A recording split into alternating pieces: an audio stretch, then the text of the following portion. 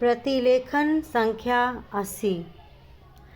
सभापति महोदय, मैं निवेदन करना चाहता हूँ कि सबसे बड़ी आवश्यकता इस बात की है कि इन बैंकों में इन नौकरशाहों को न रखकर उनके संचालन के लिए ऐसे लोगों को रखा जाना चाहिए जिनका बैंकों के राष्ट्रीयकरण में पूर्ण विश्वास हो, क्योंकि किसी संस्था में जब उस संस्था को चलाने वाले लोग ऐसे नहीं होते जो संस्था के कार्यक्रम में विश्वास रखते हों, तब तक यह संस्था कभी सफल नहीं हो सकती।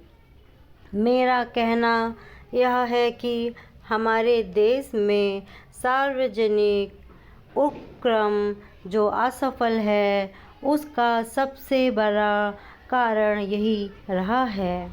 जितनी भी असफलता हुई है, उसका कारण हमारी नौकरशाही रही है।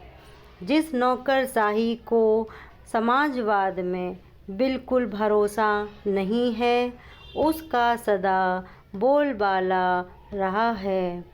इसका परिणाम यह रहा है कि एक ओर तो इस देश में छोटे मोटे मामलों में बराबर देरी होती गई है, निर्णय नहीं लिए गए हैं, और दूसरी ओर उसके होने वाले लाभों से गरीबों को दूर रखा गया है। पैरा। बैंकों के राष्ट्रीयकरण के बाद इस बात की आवश्यकता है कि बैंक गांव में जाते।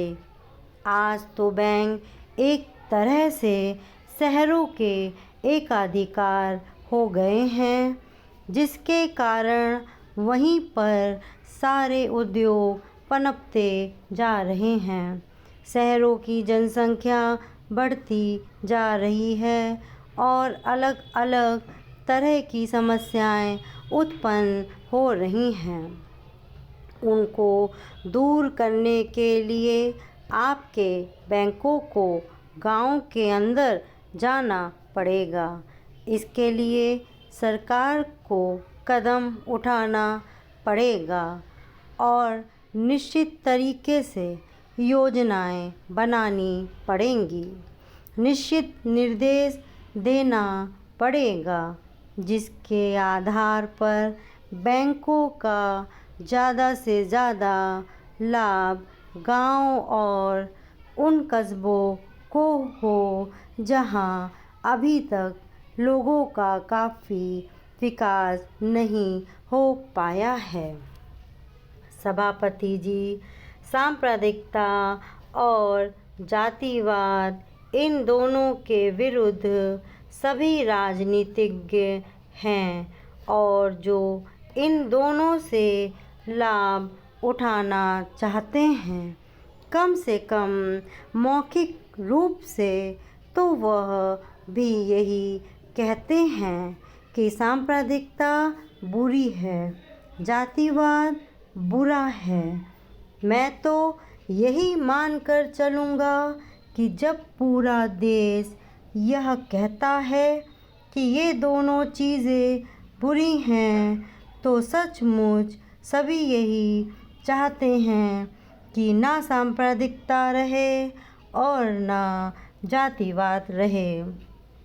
आज भी हमारे देश की राष्ट्रीय आय का 50% कृषि से आता है।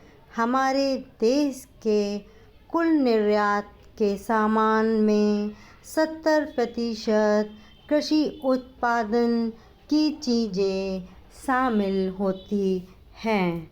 धन्यवाद।